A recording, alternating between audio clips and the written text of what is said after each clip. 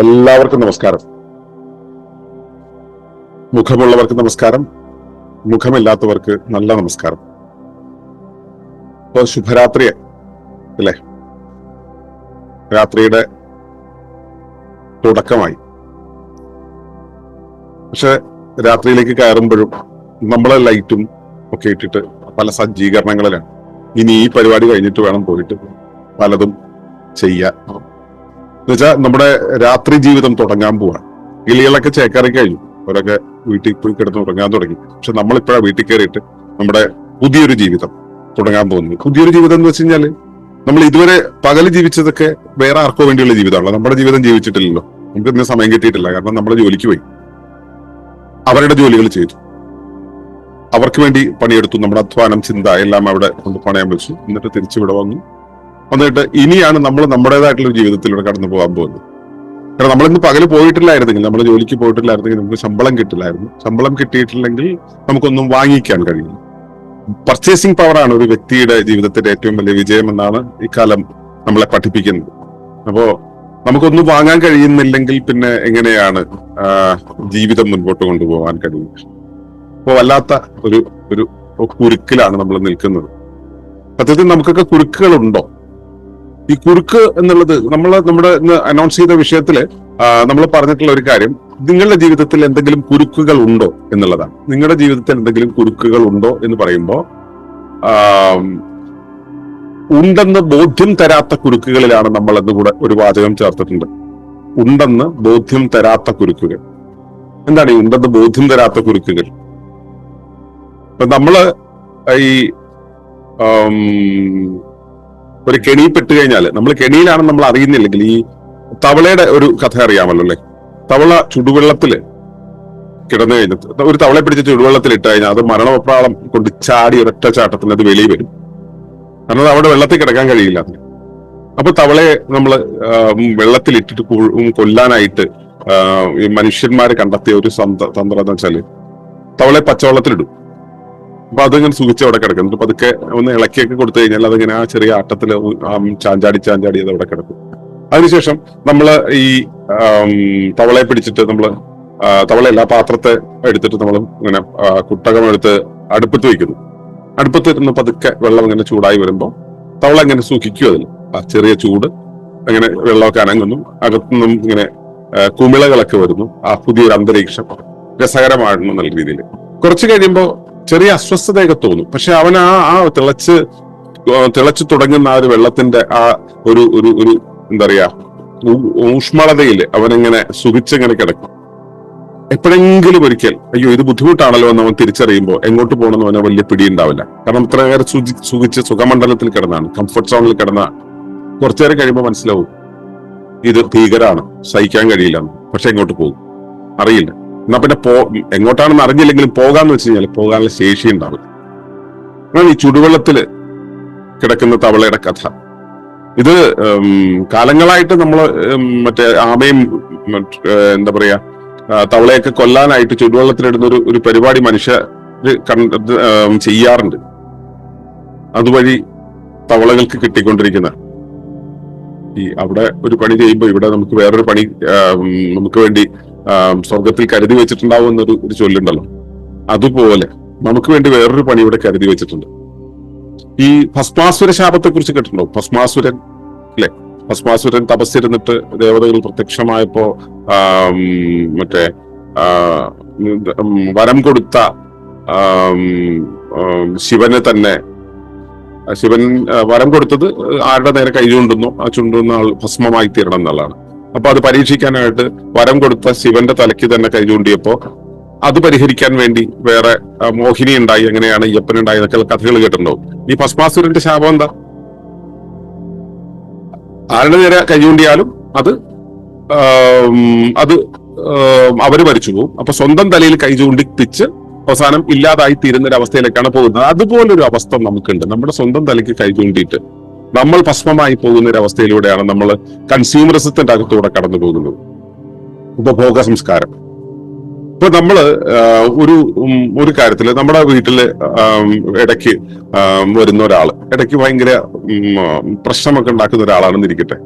അയാളുടെ വീട്ടിലെ കിണറ്റിൽ നിന്നാണ് നമ്മൾ വെള്ളം എടുക്കുന്നതെങ്കിൽ അയാൾ ചെറിയ പ്രശ്നമൊക്കെ ഉണ്ടാക്കിയാലും നമ്മൾ സഹിക്കുകയുള്ളൂ. കാരണം അയാളിൽ നിന്നും വെള്ളം വാങ്ങിക്കുന്നതല്ലേ, അയാളിൽ നിന്ന് വെള്ളം എടുക്കുന്നതല്ലേ. അയാളോട് വല്ലതും പറയാൻ കഴിയുമോ എന്ന രീതിയിൽ നമ്മൾ അവിടെ ഒരു അഡ്ജസ്റ്റ്മെന്റ് നടത്തും. നമ്മൾ എന്ത് ഉപഭോഗം ചെയ്യുമ്പോഴും അവിടെ നമ്മൾ കുറെ കോംപ്രമൈസ് ചെയ്യുന്നുണ്ട്. ആ കോംപ്രമൈസ് ബുദ്ധിമുട്ടാണെന്ന് കാരണവന്മാർ പറഞ്ഞത്. അങ്ങനെയൊന്നും കോംപ്രമൈസ് ചെയ്യാൻ പാടില്ല. നമ്മൾ പ്രകൃതിയിൽ നിന്നും എന്തെങ്കിലും എടുക്കുകയാണെങ്കിൽ, ആരുടെ കയ്യിൽ നിന്ന് എന്തെങ്കിലും വാങ്ങിക്കുകയാണെങ്കിലൊക്കെ നമ്മൾ അങ്ങനെ കോംപ്രമൈസ് ചെയ്യാൻ പാടില്ല, ചെയ്യുന്നത് ശരിയല്ല. അതുകൊണ്ട് നമ്മൾ അത്തരം വിട്ടുവീഴ്ചകൾ ചെയ്യരുത് എന്നൊക്കെ പഴയ കാരണവന്മാരൊക്കെ പറഞ്ഞു പഠിപ്പിച്ചിട്ടുണ്ട്. പക്ഷെ നമുക്ക് അതിനൊന്നും വലിയ താല്പര്യമൊന്നുമില്ല. കാരണം കാലങ്ങൾ മാറി, ഇപ്പോ കോംപ്രമൈസ് മാത്രമേ ഉള്ളൂ. നമുക്ക് നമ്മുടേതായിട്ടുള്ള നിലപാടുകളില്ല, ആദർശങ്ങളില്ല, അങ്ങനെയുള്ള കാര്യങ്ങളൊക്കെ അതിലൂടെയാണ് പോകുന്നത്. നമുക്ക് പലപ്പോഴും അറിയുന്നില്ല നമ്മൾ കുരുക്കുകളുടെ ഒരു ലോകത്ത് ജീവിച്ചുകൊണ്ടിരിക്കുകയാണെന്ന്. നമ്മൾ എങ്ങോട്ടാ പോയിക്കൊണ്ടിരിക്കുന്നത് എന്നുള്ള വലിയ ധാരണ നമുക്കില്ല. കുരുക്കുകളിലാണ് പോയിക്കൊണ്ടിരിക്കുന്നത് എന്നുള്ള ധാരണയില്ല. ഇപ്പൊ കുരുക്കുകളെ കുറിച്ച് നമ്മളിങ്ങനെ, ഞാൻ 10-35 കൊല്ലമായിട്ട് കുരുക്കുകളെ കുറിച്ച് മാത്രം വർത്താനം പറഞ്ഞു, പല രൂപത്തിൽ പറയുന്നു. ഒന്ന് കുരുക്കെന്നുള്ള പേര് പറഞ്ഞു എന്ന് മാത്രം.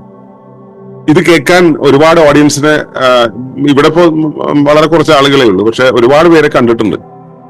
ഇതൊക്കെ കാണും, കേൾക്കും, നല്ലത് എന്ന് പറയും, പോകും. ഇതൊക്കെ കഴിഞ്ഞിട്ട് അടുത്ത ലോക്ക്ഡൌൺ വരുന്ന സമയത്ത്, അല്ലെങ്കിൽ സുനാമി വരുന്ന സമയത്ത്, പ്രളയം വരുന്ന സമയത്ത് കുറെ കോളുകൾ, ഇനി എന്ത് ചെയ്യണം എന്ന് ചോദിച്ചു. നല്ല രസമാണ്. ഇതുവരെ ഇതൊക്കെ വരുമെന്ന് പറയുമ്പോൾ കേൾക്കാൻ താല്പര്യമില്ലാത്ത കുറച്ചു പേർ, ഇതൊന്നും കേൾക്കുമ്പോൾ ബുദ്ധിമുട്ടാണെന്ന് അറിയുന്ന കുറച്ചു പേർ, അവർ പിന്നെ എങ്ങനെയാണ് പിന്നീടുള്ള കാര്യങ്ങളിൽ അവരെങ്ങനെയാണ് അത് ചേർന്ന് പോകുന്നത്, പിന്നീടുള്ള കാര്യങ്ങൾക്ക് അവർക്ക് പ്രതിഫലം വേണ്ടത് എവിടെയാണ് എന്നൊക്കെ നമ്മൾ ആലോചിക്കുമ്പോൾ ചിരി വരും. സത്യത്തിൽ ഉപഭോഗം എന്നുള്ളത് നമുക്ക് കുരുക്കുകളല്ലേ ഉണ്ടാക്കി തരുന്നത്. എന്താണ് ഈ ഉപഭോഗം എന്ന് പറയുന്നത്? ഉപഭോഗം എന്ന് പറയുന്നതും ഗുണഭോഗം എന്ന് പറയുന്നതും തമ്മിലുള്ള വ്യത്യാസം നമ്മൾ നേരത്തെ സംസാരിച്ചിട്ടുണ്ട്. ഗുണഭോഗം എന്ന് പറയുന്നത് നമുക്ക് ജീവിക്കാൻ വേണ്ടുന്ന, നമ്മൾ എക്സിസ്റ്റ് ചെയ്യാൻ വേണ്ടുന്ന വിഭവങ്ങൾ നമ്മുടെ ചുറ്റുപാടിൽ നിന്നും വേണ്ടപ്പോൾ വേണ്ടത്ര സ്വീകരിക്കാൻ കഴിയുന്നതിനെയാണ് ഗുണഭോഗം ചെയ്യുക എന്ന് പറയുന്നത്. ഗുണഭോഗം ചെയ്യാന്ന് വെച്ച് കഴിഞ്ഞാൽ നമ്മളിവിടെ ജീവിക്കുന്ന സമയത്ത് നമുക്കിവിടെ ജീവിക്കാൻ വേണ്ടുന്ന വിഭവങ്ങൾ പ്രകൃതി ഉണ്ടാക്കി വെച്ചിട്ടുണ്ടാവും എന്ന സമവാക്യം നമ്മളിൽ പലർക്കും അറിയില്ല എന്നൊരു കാര്യമുണ്ട്. അതായത് ഞാനിവിടെ ജനിക്കുന്നതിന് മുമ്പേ എനിക്ക് വേണ്ടുന്ന വിഭവങ്ങളെല്ലാം ഇവിടെ ഉരുവാക്കി വെച്ചിട്ടുണ്ട് പ്രകൃതി. പക്ഷെ പ്രകൃതിയെ കുറിച്ച് കൂടുതൽ അറിയുമ്പോൾ നമുക്കൊരു കാര്യം മനസ്സിലാക്കും, ഇവിടെ ഉണ്ടായ വിഭവങ്ങൾ ഉണ്ടല്ലോ, വിഭവങ്ങളുടെ അളവ് ഒരു പരിധിക്കപ്പുറം കൂടാതിരിക്കാൻ വേണ്ടിയിട്ട് അതിന്റെ ക്രമീകരണത്തിന്റെ ദൗത്യവുമായിട്ടാണ് ഞാനിവിടെ വന്നിട്ടുള്ളത് എന്നത്. അത് പ്രകൃതിയെ കൂടുതൽ അറിയുന്ന സമയത്ത്, അതിനെ പഠിക്കുന്ന സമയത്ത്, കൂടുതൽ ശാസ്ത്രീയമായും ആത്മീയമായും നമ്മൾ അതിനെ സമീപിക്കുന്ന സമയത്ത് മാത്രമേ നമുക്കത് മനസ്സിലാവുള്ളൂ. അതവിടെ ഇരിക്കട്ടെ.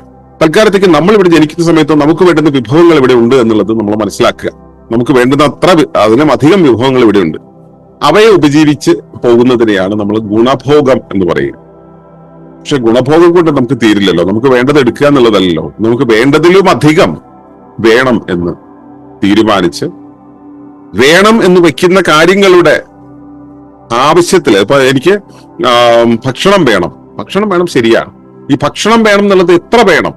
ഞാൻ ദിവസം 5 നേരം കഴിക്കണം, 8 നേരം കഴിക്കണം, അത് ഇന്ന രീതിയിലുള്ളതൊക്കെ കഴിക്കണം എന്നുള്ളത് നമ്മൾ എവിടെന്നാ പഠിച്ചത്? സത്യത്തിൽ നമ്മുടെ ചെറുപ്പകാലത്ത്, നമ്മളിപ്പോ ഒരുവിധം പ്രായമുള്ളവരാണ് ഇവിടെ ഇരിക്കുന്നത് എന്ന് തോന്നുന്നു. നമ്മുടെയൊക്കെ ചെറുപ്പകാലത്ത് ഒരുവിധം പ്രായമുള്ളവർ എന്ന് വെച്ച് കഴിഞ്ഞാൽ ഞാൻ ഒരു 12-13 വയസ്സുള്ളവരൊന്നും അല്ലല്ലോ ഇവിടെ ഇരിക്കുന്നത്, അല്ലെങ്കിൽ 2000-ന് ശേഷം ജനിച്ചവരൊന്നും ആയിരിക്കില്ല ഇവിടെ ഇരിക്കുന്നത്. അപ്പോ 25 വയസ്സിന്റെ മുകളിലുള്ള ആളുകളൊക്കെ കണ്ടിട്ടുണ്ട്, വേറൊരു ലോകം കണ്ടിട്ടുണ്ട് അല്ലെ? ഈ കണ്ടിട്ടുള്ള ലോകത്ത് സാധാരണ രീതിയിലുള്ള ഭക്ഷണമൊക്കെ കഴിച്ച് ജീവിച്ചവരെ കണ്ടിട്ടുണ്ട്. അപ്പൊ ഞാനൊക്കെ 53 വയസ്സായി. ഈ 53 വയസ്സെന്ന് പറയുമ്പോൾ എത്ര കാലം, ഒരു അരനൂറ്റാണ്ടിലും മുമ്പ് ഒരു നേരത്തെ ഭക്ഷണം കഴിച്ച് ഒരു നേരം കഞ്ഞിയും കഴിച്ച് ജീവിച്ചു പോകുന്ന ആളുകളെ ഞാൻ കണ്ടിട്ടുണ്ട്. അങ്ങനെയുള്ള ജീവിതത്തിലൂടെ ഞാൻ കടന്നു പോയിട്ടുണ്ട്. പക്ഷെ അത് എന്റെ വീട്ടിലല്ല എന്ന് മാത്രം. ഞാൻ തനിച്ച് ജീവിക്കാൻ തുടങ്ങിയപ്പോൾ കമ്മ്യൂണൽ ലൈഫൊക്കെ തുടങ്ങിയ കാലത്ത് ഞാൻ അങ്ങനെ ജീവിച്ചിട്ടുണ്ട്. അപ്പോ പല ഇടങ്ങളിലും പോകുമ്പോൾ നമ്മൾ അത്തരത്തിലുള്ള ഭക്ഷണം കഴിച്ച് ജീവിച്ചവരെ കണ്ടിട്ടുണ്ട്. പക്ഷെ ഇപ്പോ ദിവസം 4 നേരം 5 നേരം കഴിക്കുന്ന ആളുകളെയാണ് നമുക്ക് ചുറ്റും കാണാനുള്ളത്. അത് അടിസ്ഥാന ആവശ്യമായി നിർവചിക്കപ്പെട്ട് കഴിഞ്ഞു.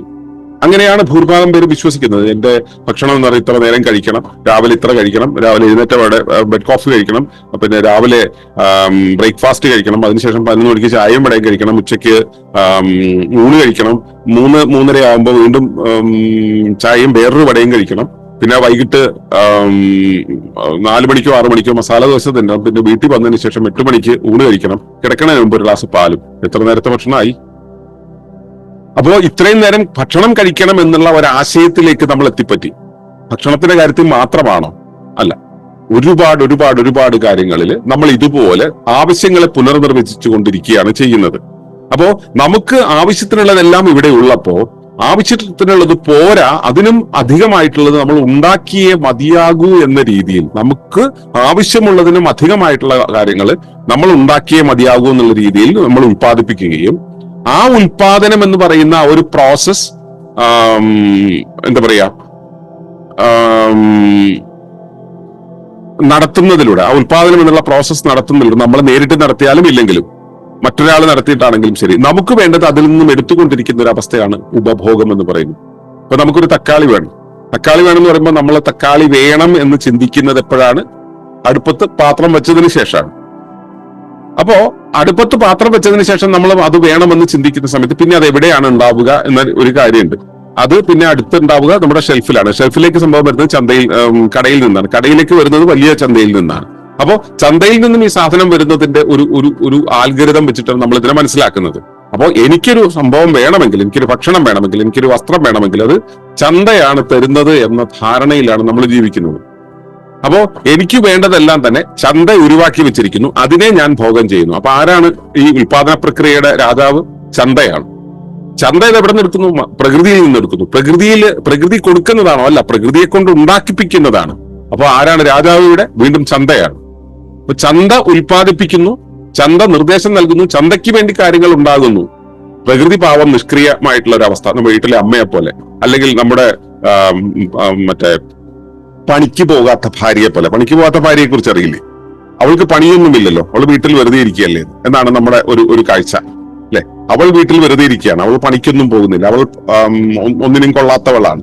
ഞാൻ രാവിലെ ജോലിക്ക് പോകുന്നു, സർക്കാർ ജോലിക്ക് അല്ലെങ്കിൽ മറ്റൊരു ജോലിക്ക് പോകുന്നു, വൈകുന്നേരം വരെ ഞാൻ ജോലി ചെയ്യുന്നു, തിരിച്ചു വരുന്നു, ഞാൻ പണം കൊണ്ടുവരുന്നു. അവൾ പണം ഒന്നും കൊണ്ടുവരുന്നു, അവളൊന്നും ഉൽപ്പാദിപ്പിക്കുന്നില്ല എന്ന്. ഒരു ദിവസം വീട്ടിലിരുന്നാൽ മനസ്സിലാവും ഇവരും എന്താന്ന്.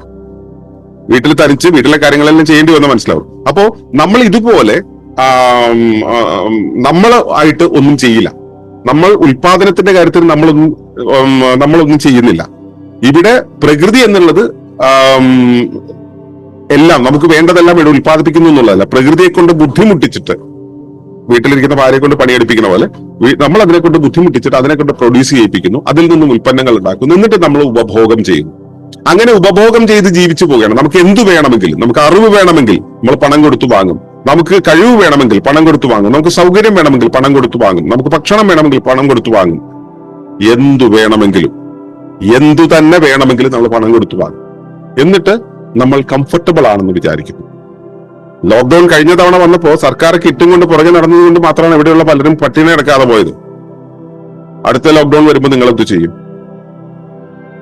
അടുത്ത ലോക്ക്ഡൌൺ വരുമോ സംശയമാണല്ലേ? ഉറപ്പായിട്ടും വന്നിരിക്കും.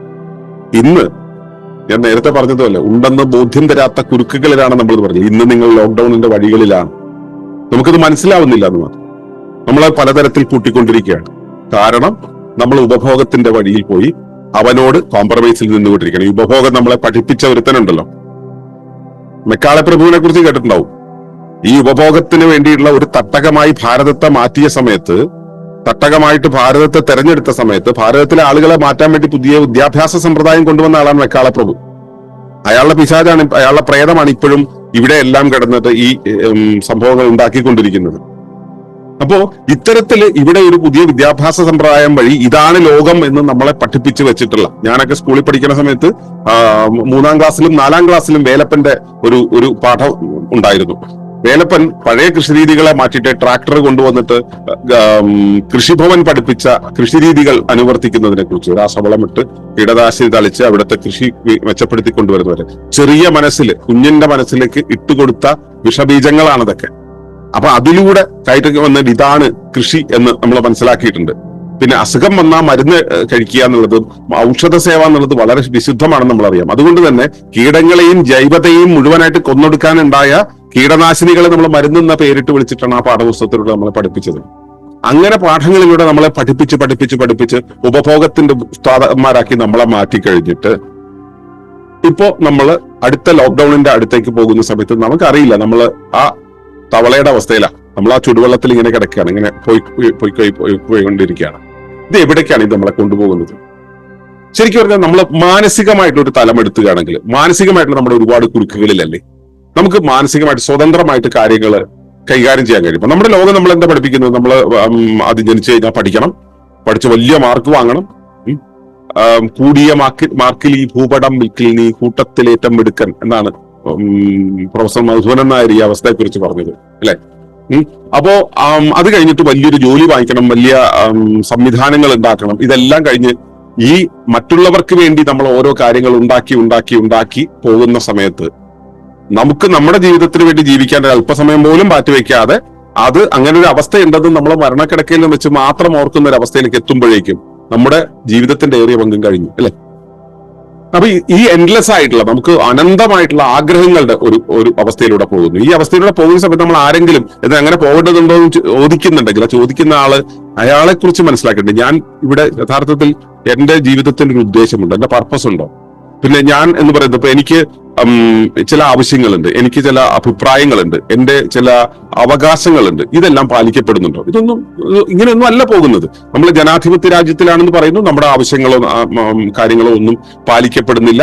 അല്ലെങ്കിൽ ഇപ്പൊ എന്റെ ഒരു ആവശ്യം ഉണ്ടെന്നിരിക്കട്ടെ, എന്റെ ഒരു ആവശ്യമുണ്ടെങ്കിൽ അത് ഇവിടുത്തെ ഭരണകൂടത്തെ കൊണ്ട് നടപ്പിലാക്കാൻ നമുക്ക് കഴിയുമോ? ഇല്ല. നമ്മുടെ വാർഡ് മെമ്പറോട് പറഞ്ഞാൽ പോലും നടക്കില്ല. അങ്ങനെ ഒരു അവസ്ഥയിൽ ജനാധിപത്യത്തിന്റെ ക്രൈസിസ്, ഇതുപോലെ നൂറുകണക്കിന് ക്രൈസിസുകളിലൂടെ നമ്മൾ പോകുന്നു. ഐഡന്റിറ്റി ക്രൈസിസിലൂടെ പോകുന്നു. ഒരുപാട് സ്ട്രെസ്. നമ്മൾ ഇപ്പോ സർക്കാർ ജോലി ചെയ്യുന്നവരാണെങ്കിൽ ഔദ്യോഗിക സംവിധാനത്തിൽ ക്രൈസിസ്. അതല്ല ഇനിയിപ്പോ സാധാരണ രീതിയിൽ കച്ചവടമൊക്കെ നടത്തി അല്ലെങ്കിൽ വേറെ എന്തെങ്കിലും പരിപാടികൾ ചെയ്തിട്ട് പോകുന്നെങ്കിൽ ആ ഭാഗത്ത് സാമ്പത്തികമായിട്ടുള്ള ക്രൈസിസ്. അപ്പൊ ഇങ്ങനെയുള്ള ഒരുപാട് ക്രൈസിസുകൾ, ഇങ്ങനെ ക്രൈസിസുകളുടെ ഇടയിൽ ജീവിക്കേണ്ട ഒരു ജീവിയാണോ മനുഷ്യനെന്ന് ചിന്തിച്ചാൽ, അങ്ങനെ ചോദിച്ചു കഴിഞ്ഞാൽ അതിന് ഉത്തരമൊക്കെ നമ്മൾ മറ്റു പലതും പറയേണ്ടി വരും. അങ്ങനെയല്ല. നമുക്ക് ആ വൈകാരികമായിട്ട് നമുക്കൊരു ശാന്തി ഉണ്ടാകാത്ത ഒരു അവസ്ഥയിലൂടെ പോകുന്നു. അങ്ങനെ സൈക്കോളജിക്കലി നമ്മൾ വല്ലാത്ത കുരുക്കുകളിലാണ്, അല്ലെ? ആ കുരുക്കുകൾ നമുക്ക് ഉണ്ടാക്കി തരുന്ന ആളുകൾ നമുക്ക് നമ്മുടെ കയ്യിൽ തന്നെ ഉണ്ടല്ലോ. ഇപ്പൊ നിങ്ങളിത് പലരും മൊബൈലിൽ കൂടെ ആയിരിക്കും കണ്ടിട്ടുണ്ടാവും. ആ മൊബൈൽ എന്ന് പറയുന്നത് ഈ കുരുക്കുണ്ടാക്കുന്നതിൽ ഒരു ഒന്നാമത്തെ ഉപകരണമാണ്. രണ്ടാമത്തെ സാധനം വീട്ടിൽ നിങ്ങളുടെ ചുമരിനോട് ചേർത്ത് വെച്ചിട്ടുള്ള TV. അതിനുശേഷം വരുന്നു കുറച്ചു കാലം മുമ്പ് വരെ പത്രമായിരുന്നു പണി ചെയ്തുകൊണ്ടിരുന്നത്. പിന്നെ പുസ്തകങ്ങള്, പാഠപുസ്തകങ്ങള്, പിന്നെ വെളിയിലേക്ക് ഇറങ്ങിയാൽ കാണുന്ന ട്രെൻഡുകൾ, ഇങ്ങനെ നൂറുകണക്കിന് സംവിധാനം, സിനിമകള്, ഇങ്ങനെയുള്ള വിഷ്വൽ മീഡിയകൾ വഴിയും ഒരുപാട് മീഡിയകൾ വഴിയും നമ്മുടെ തലയിലേക്ക് ഇങ്ങനെ പലതും കയറിക്കൊണ്ട് ഇരിക്കുകയാണ്. ഈ കയറിക്കൊണ്ടിരിക്കുന്ന കാര്യങ്ങളെല്ലാം തന്നെ ഇതാണ് ജീവിതം എന്ന രീതിയിൽ നമ്മളെ മുൻപോട്ട് കൊണ്ടുവരുന്നത്. എല്ലാം ഇവിടെ മാർക്കറ്റിൽ കിട്ടും, സായിപ്പ് ഉണ്ടാക്കി വെച്ചുള്ള ഒരു സംവിധാനത്തിലൂടെ കിട്ടും. നമ്മൾ പഠിക്കണം, പണം അല്ലെങ്കിൽ ജോലിക്ക് പോകണം, ജോലിക്ക് പോയിട്ട് നമ്മുടെ അധ്വാനം നമുക്ക് ഒരു ബന്ധമില്ലാത്തവർക്ക് കൊടുക്കും. നമുക്ക് നമ്മുടെ അധ്വാനം ഒരു ബന്ധവുമില്ലാത്തവർക്ക് കൊടുത്തിട്ട് അത് ശരിയാണെന്ന് നമ്മൾ വിശ്വസിക്കുകയും അതിനനുസരിച്ച് നമ്മൾ ജീവിച്ചു പോവുകയും ചെയ്യുന്ന ഒരു സംവിധാനം. അതിൽ നിന്ന് ശമ്പളം വാങ്ങിച്ചിട്ട് നമുക്ക് വേണ്ടത് കടയിൽ കൊടുത്തു വാങ്ങിക്കുന്നു. അപ്പൊ ഇതിനിടയിൽ നമ്മൾ എന്നുള്ള സാധനത്തിന്റെ റോൾ എന്താ? നമ്മൾ എവിടെയാണ് നിൽക്കുന്നത് നമുക്കറിയില്ല. നമ്മൾ ഈ മത്സരത്തിന്റെ ഒരു ലോകത്തല്ലേ ജീവിക്കുന്നത്. സ്കൂളിനെ പഠിച്ചു തുടങ്ങുകയാണ്, നമ്മൾ മത്സരിക്കണം, മറ്റുള്ളവരെ തോൽപ്പിക്കണം, എന്നിട്ട് നമ്മൾ വിജയിക്കണം എന്നുള്ള രീതിയിൽ നമ്മൾ അച്ചയും നമ്മള് കൂട്ടുകാരൊക്കെ കൂടെ തോളി കൈയിട്ട് നടക്കുന്ന ഒരു അവസ്ഥയ്ക്ക് പകരം അവനെ തോൽപ്പിക്കണം എന്ന് പഠിക്കുന്ന സ്കൂളിലാണ് നമ്മൾ പോകുന്നത്. അവനെ തോൽപ്പിക്കണം എന്ന് നമ്മുടെ ചിന്ത ഉള്ളിലേക്ക് കയറുന്നതോടുകൂടി നമ്മുടെ മനസ്സിൽ എന്താണ് ഉണ്ടാവുന്നത്? ആ പാരസ്പര്യം, കൂട്ടായി നിൽക്കുന്ന ആ പാരസ്പര്യത്തിന്റെ അവസ്ഥ നമ്മൾ ബ്രേക്ക് ചെയ്യും. അതിനെ നമ്മൾ കഴിഞ്ഞ പ്രാവശ്യം അവര് ഈ മറ്റേ ഡിവൈഡ് ആൻഡ് റൂൾ പോളിസി പഠിപ്പിച്ച ആളുകൾ നമുക്ക് വേറൊരു മന്ത്രം പറഞ്ഞു തന്നു, break the chain. Make the chain എന്നുള്ളതാണ് ഐക്യദാർഢ്യം സൂക്ഷിക്കാൻ രാഷ്ട്രം പഠിപ്പിച്ചിട്ടുള്ളത്. മേക്ക് ദ ചെയിൻ എന്നാണ്. ഇതാണ് മിലേസുർ മേരാത്തുമാര എന്ന് പറഞ്ഞ സിന്ധുഭൈരവി രാഗത്തിൽ കമ്പോസ് ചെയ്തിട്ടുള്ള ഒരു ദേശീയ ഐക്യദാർഢ്യ ഗാനമുണ്ടല്ലോ. അതിലൊക്കെ പറയുന്ന എല്ലാവരും കൈകോർക്കണം എന്ന് പറയുന്ന ആ ഒരു അവസ്ഥയെ ബ്രേക്ക് ചെയ്യണമെന്നാണ് കൊറോണക്കാലം നമ്മളെ പഠിപ്പിച്ചത്. കൊറോണയെ പേടിച്ചിട്ടാണോ അത്? അല്ല, നമ്മളുടെ ആ മാനസികമായിട്ടുള്ള ബന്ധത്തെ ബ്രേക്ക് ചെയ്യണമെന്നാണ് പഠിച്ചത്. ഇത് സാമൂഹ്യമായിട്ടുള്ള കെട്ടുറപ്പിനെയാണ് ഇല്ലാണ്ടാക്കുന്നത്. എന്തിനു വേണ്ടിയാണ്?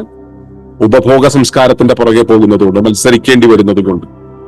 അതുപോലെ തന്നെ സാമൂഹ്യമായിട്ടുള്ള ഈ എന്താ പറയുക, മത്സരിച്ച് പോകുന്ന സമയത്ത് ഉണ്ടാവുന്ന ആ ഒരു ഇനീക്വാലിറ്റിയുടെ അവസ്ഥ, അസമത്വത്തിന്റെ അവസ്ഥ. സമത്വം സാധ്യമാണെന്നുള്ളത് മറ്റൊരു വശം. എന്നാൽ വല്ലാത്ത അസമത്വം ഉണ്ടാകുന്ന ഒരു അവസ്ഥ നമ്മുടെ ഉള്ളിൽ ഉണ്ടായി വരും. ഇതുപോലെ പാരിസ്ഥിതികമായിട്ട് ഒരുപാട് ഇഷ്യൂസ് ഉണ്ടല്ലേ നമുക്ക്. പരിസ്ഥിതിയുടെ കാര്യത്തിൽ എന്തായാലും നമുക്ക് തീരുമാനമാണ്, അധികകാലമൊന്നും പോയില്ല. ഇപ്പൊ നോക്കിക്കൊടുത്ത ഈ പ്രളയത്തിന്റെ ഒരു സമയം കഴിഞ്ഞ് ഇനി അടുത്ത കടുത്ത വേനലാണ് വരാൻ പോകുന്നത്. അസഹ്യമായ ചൂടിലേക്കാണ് നമ്മൾ പോകാൻ പോകുന്നത്. അതിൽ എത്ര പേര് മറിക്കുമെന്ന് അറിയില്ല.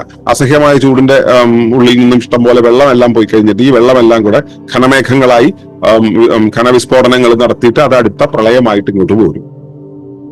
അപ്പൊ ഉള്ള ഡാമുകളിലെല്ലാം സംഭരിച്ചു വെച്ചിട്ട് അവസാനത്തെ ദിവസം ഒരു തുറക്കും, കുറെ വീടുകൾ ആ വഴി പോകും, കുറെ മനുഷ്യർ പോകും, കുറെ ജീവികൾ പോകും.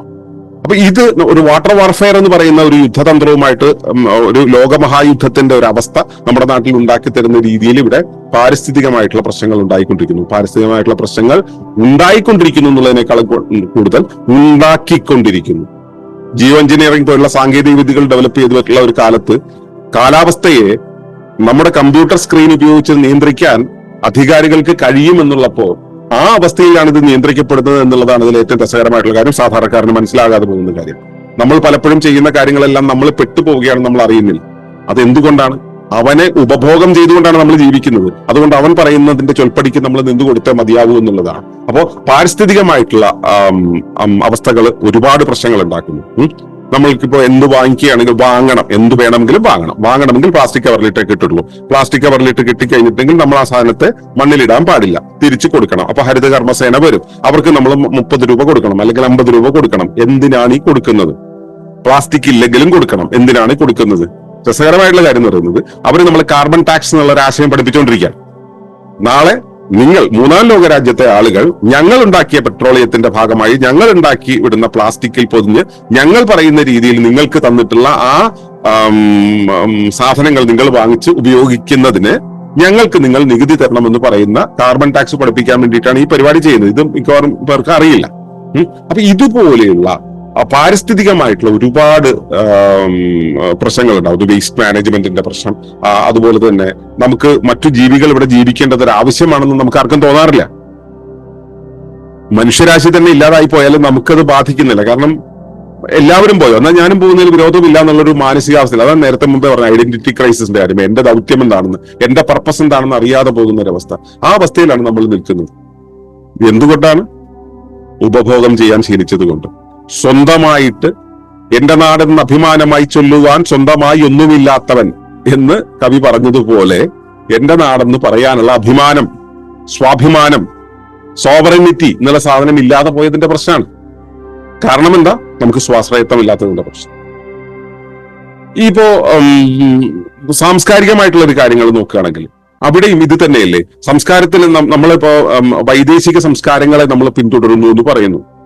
നമ്മളിപ്പോ ഏത് മതക്കാരനാണെങ്കിലും ഏത് ജാതിക്കാരനാണെങ്കിലും അവന്റെ നിത്യജീവിതത്തെ കൊണ്ടുപോകുന്നത് ആധുനികതയുടെയും മറ്റേ സാങ്കേതികതയുടെയും ഒക്കെ പുറകിലല്ലേ. സാങ്കേതിക വിദഗ്ധർ നമ്മിലേക്ക് തരുന്ന കാര്യങ്ങളെയാണ് നമ്മൾ ഉപജീവിക്കുന്നത്. അതിനെ ഉപജീവിച്ചുകൊണ്ട് മുൻപോട്ട് പോയിക്കൊണ്ടാണ് നമ്മൾ പൂജകൾ കഴിക്കുന്നത്, നമ്മൾ മന്ത്രങ്ങൾ ചൊല്ലുന്നത്, നമ്മളുടെ അനുഷ്ഠാനങ്ങൾ നിർവഹിക്കുന്നത്. അനുഷ്ഠാനവും മന്ത്രവും തന്ത്രവും ഒക്കെ ശരിയാണോ തെറ്റാണോ എന്നുള്ളതൊന്നും ഇവിടുത്തെ വിഷയമാക്കണ്ട തൽക്കാലത്തേക്ക്. നമ്മുടെ പാരമ്പര്യത്തിലൂടെ പോകുന്നതിൽ നിന്നും നമ്മളെ അതിലൂടെ കൊണ്ടുപോകാൻ നമുക്ക് കാരിയർ ആവുന്നത് ഈ പാക്കറ്റിൽ വരുന്ന ഭസ്മവും പാക്കറ്റിൽ വരുന്ന കർപ്പൂരവും മറ്റേ പെട്രോളിയത്തിൽ നിന്നും വരുന്ന കർപ്പൂരവും അങ്ങനെയുള്ള സാധനങ്ങളൊക്കെയാണ്, മെഴുകുതിരിയും ഒക്കെ. നമ്മുടെ പ്രാർത്ഥനകൾ, നമ്മുടെ ആധ്യാത്മിക സാധനകളുടെ ഉള്ളിൽ വരെ ഈ കൺസ്യൂമറിസത്തിന്റെ സംഭവങ്ങൾ വന്ന് കയറി നിറഞ്ഞു കഴിഞ്ഞു.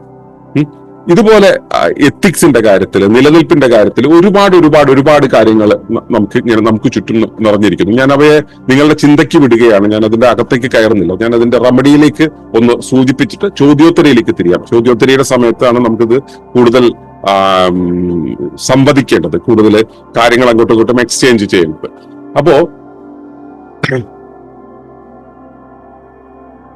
ഈ വിധത്തിൽ നമ്മൾ പോകുമ്പോൾ കൺസ്യൂമറിസം എന്ന് പറയുന്ന ഒരു വഴിയിലേക്ക് പോകുന്ന സമയത്ത് നിങ്ങൾക്ക് ഇപ്പൊ ഞാൻ പറയാണ്, നിങ്ങൾ ഇങ്ങനെ ചെയ്യുന്നത് നിങ്ങളുടെ ജീവിതത്തിനെ ബാധിക്കുന്നതല്ല, നിങ്ങളുടെ കുഞ്ഞുങ്ങളെ ബാധിക്കില്ലേ എന്ന് പറഞ്ഞു കഴിഞ്ഞാല് എന്റെ ജോലി വിട്ടിട്ട് എങ്ങനെ വരാൻ കഴിയും, എനിക്ക് ഇത്രയേറെ ബാധ്യതകൾ വിട്ടിട്ട് എങ്ങനെ ഇത് കാര്യങ്ങൾ ചെയ്യാൻ കഴിയും എന്നുള്ളതൊക്കെ നിങ്ങൾ ഇങ്ങനെ പറഞ്ഞുകൊണ്ടിരിക്കും. കാരണം എന്താ?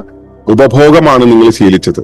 ഉപഭോഗ സംസ്കാരത്തിന്റെ ഒരു രസകരമായിട്ടുള്ള കാര്യം എന്ന് പറയുന്നത്, നിങ്ങൾ എന്ത് ചെയ്യണം എന്നുള്ളത് നിങ്ങളുടെ ബലം ഉപയോഗിച്ചുകൊണ്ട് അവരുടെ രീതികളെ പഠിപ്പിക്കുന്നതാണ്.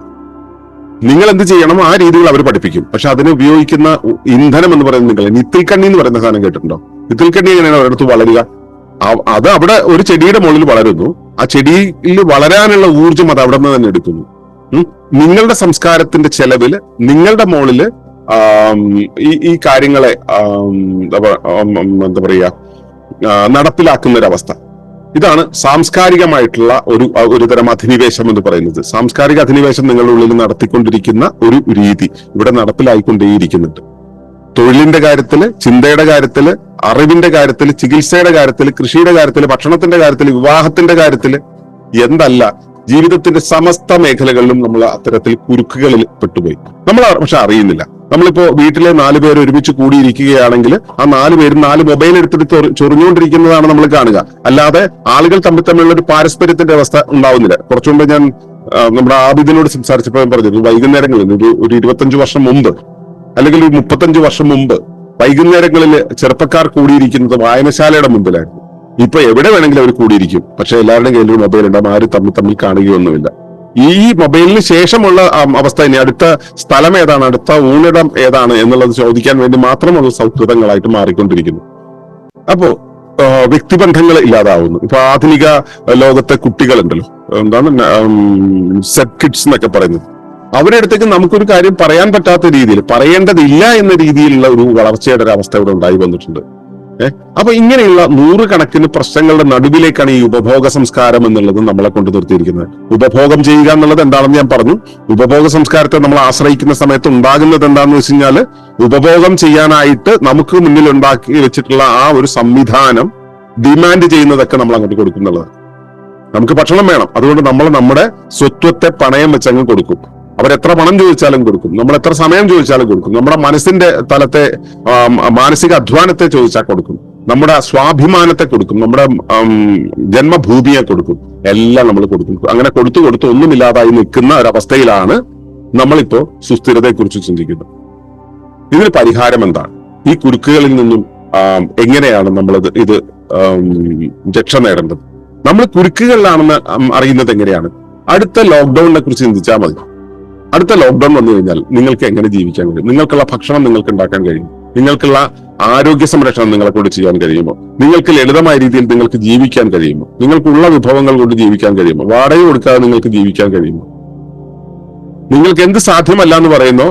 ഇപ്പൊ ഭക്ഷണം കഴിക്കാതെ ജീവിക്കാൻ കഴിയില്ല. ഭക്ഷണം നിങ്ങൾക്ക് ഉണ്ടാക്കാൻ കഴിയുമെങ്കിൽ ഓക്കെ, നിങ്ങൾ അക്കാര്യത്തിൽ വിജയിച്ചു. ആ കാര്യത്തിൽ നിങ്ങൾക്ക് വാടക കൊടുക്കാതെ ജീവിക്കാൻ പറ്റുന്നില്ലെങ്കിൽ വീണ്ടും ചാലഞ്ചിലാണ്. അപ്പോ നിങ്ങൾ ഒരു കുരുക്കിൽ കുരുങ്ങിയിരിക്കുന്നു. നിങ്ങൾക്ക് പഠിക്കാൻ കഴിയാതെ വരുന്നു. പഠിക്കാതിരുന്നു കഴിഞ്ഞാൽ എന്തു ചെയ്യും എന്ന് ആലോചിക്കുകയാണെങ്കിൽ, പഠിക്കുന്നില്ലെങ്കിൽ ഒന്നും സംഭവിക്കില്ല. എനിക്ക് ജീവിക്കാൻ വേണ്ടുന്ന അറിവ് എന്റെ ചുറ്റുപാടിൽ നിന്നും, എന്റെ കാരണവന്മാരിൽ നിന്നും, എന്റെ റിസോഴ്സിൽ നിന്നും എനിക്ക് കിട്ടുന്നറിയാണെങ്കിൽ നിങ്ങൾ അവിടെ കുരുങ്ങുന്നില്ല. അതല്ല, അടുത്ത ലോക്ക്ഡൌണിൽ നിങ്ങൾക്ക് ഇതൊന്നും കിട്ടുന്നില്ല, ഞാൻ എന്ത് ചെയ്യും എന്നൊരു ആലോചന, നിങ്ങൾ കുരുങ്ങിയെന്നാണ് അർത്ഥം. ചികിത്സിക്കാൻ നിങ്ങൾക്ക് ഒരു അസുഖം വന്നാൽ എന്ത് ചെയ്യും എന്ന് നിങ്ങൾ ചോദിക്കുകയാണെങ്കിൽ, എന്ത് ചെയ്യും എന്ന് നിങ്ങൾ ആശങ്കപ്പെടുകയാണെങ്കിൽ നിങ്ങൾ കുരുക്കിലാണ്. അപ്പോൾ നിങ്ങൾ അടുത്ത ലോക്ക്ഡൌണിന്റെ സമയത്ത് നിങ്ങൾ എന്തെങ്കിലും കാര്യം, ഭക്ഷണത്തിന്റെ കാര്യത്തിലോ, ആരോഗ്യത്തിന്റെ കാര്യത്തിലോ, ഇണയുടെ കാര്യത്തിലോ, ലൈംഗികതയുടെ കാര്യത്തിലോ, ഭക്ഷണത്തിന്റെ കാര്യത്തിലോ, താമസത്തിന്റെ കാര്യത്തിലോ, വീടിന്റെ കാര്യത്തിലോ, വാഹനത്തിന്റെ കാര്യത്തിലോ, ഇന്ധനത്തിന്റെ കാര്യത്തിലോ എന്തിനെങ്കിലും നിങ്ങൾ കുരുങ്ങുന്നു, എന്തിനെങ്കിലും നിങ്ങൾക്ക് അയ്യോ ഇതെങ്ങനെ സാധിക്കുമെന്ന് ചോദിച്ചാൽ, അങ്ങനെ ഒരു ചോദ്യം ഉള്ളിൽ ഉയർന്നാൽ നിങ്ങൾ കുരുക്കലാണെന്ന്. കുരുങ്ങാതിരിക്കുന്ന ഒരവസ്ഥയുണ്ട്. കുരുങ്ങാതിരിക്കുന്ന അവസ്ഥ എന്ന് വെച്ച് കഴിഞ്ഞാൽ നമ്മൾ സ്വാശ്രയത്വത്തിലാവുന്ന ഒരവസ്ഥയാണ്. ഗാന്ധിജി പണ്ട് നമ്മുടെ നാടിനോട് ആവശ്യപ്പെട്ടതാണ് ഗ്രാമസ്വരാജ് എന്നൊരു കാര്യം.